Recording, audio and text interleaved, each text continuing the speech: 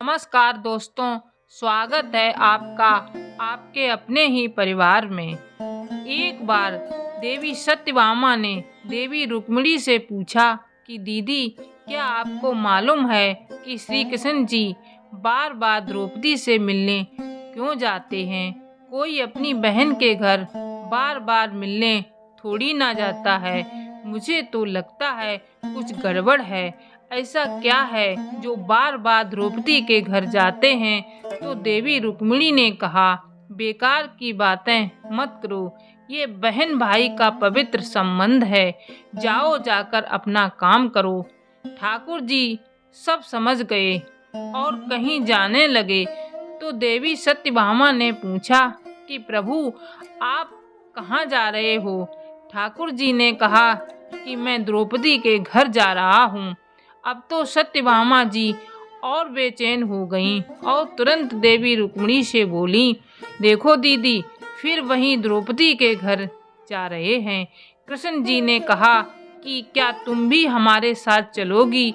तो सत्यभामा जी फौरन तैयार हो गईं और देवी रुक्मिणी से बोली कि दीदी, आप भी मेरे साथ चलो और द्रौपदी को ऐसा मजा चखा के आएंगे कि वो जीवन भर याद रखेगी।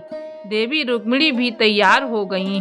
जब दोनों देवियां द्रौपदी के घर पहुंची तो देखा कि द्रौपदी अपने केश संवार रही थी। जब द्रौपदी केश संवार रही थी तो भगवान श्री कृष्ण ने पूछा, द्रौपदी क्या कर रही हो? तो द्रौपदी बोली, भैया, केश संवार के अभी आई। तो भगवान बोले, तुम काहे को केश संवार रही हो?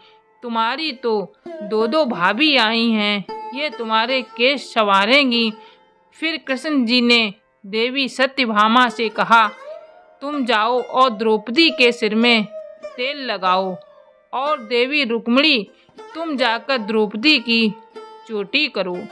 सत्यभामा जी ने रुक्मिणी जी से कहा, बड़ा अच्छा मौका मिला है, ऐसा तेल लगाऊंगी कि इसकी खोपड़ी के एक एक बाल तोड़ के रख दूंगी। और जैसे ही सत्यभामा जी ने द्रौपदी के सिर में तेल लगाना शुरू किया और एक बाल को तोड़ा तो बाल तोड़ते ही आवाज आई, हे कृष्ण। फिर दूसरा बाल तोड़ा, फिर आवाज आई, हे कृष्ण। फिर तीसरा बाल तोड़ा तो फिर आवाज आई, हे कृष्ण। सत्यभामा जी को समझ नहीं आया और देवी रुक्मिणी से पूछा, दीदी, आखिर ऐसी क्या बात है? द्रौपदी के मस्तक से जो भी बाल तोड़ती हूँ तो कृष्ण का नाम क्यों निकल कर आता है? रुक्मिणी जी बोली, मैं तो नहीं जानती। पीछे से भगवान बोले, देवी सत्यभामा, तुम देवी रुक्मिणी से पूछ रही थी कि मैं दौड़ दौड़ कर इस द्रौपदी के घर क्यों जाता हूँ? क्योंकि पूरे भूमंडल पर, पूरी पृथ्वी पर कोई संत, कोई साधु और कोई सन्यासी, कोई तपस्वी, कोई साधक, कोई उपासक ऐसा नहीं हुआ जिसने एक दिन में 3.5 करोड़ बार मेरा नाम लिया हो। और द्रौपदी केवल ऐसी है जो एक दिन में 3.5 करोड़ बार मेरा नाम लेती है। प्रतिदिन स्नान करती है, इसलिए उसके हर रोम में कृष्ण नजर आता है और इसलिए मैं रोज इसके पास आता हूँ। इसे कहते हैं स्नान, जो देवी द्रौपदी प्रतिदिन किया करती थी।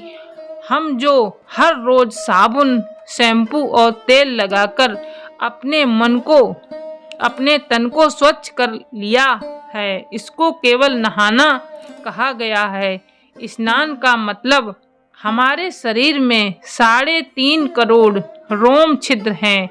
जब नारायण से पूछा गया, ये 3.5 करोड़ रोम छिद्र कर्मों के दिए गए हैं, तो नारायण ने कहा, जब मनुष्य 3.5 करोड़ बार भगवान का नाम लेता है तब जीवन में एक बार उसका स्नान हो पाता है। इसको कहते हैं स्नान।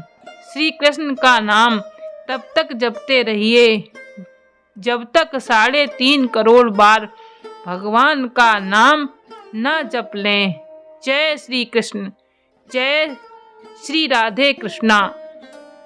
पकड़ लो हाथ बनवारी, नहीं तो डूब जाएंगे।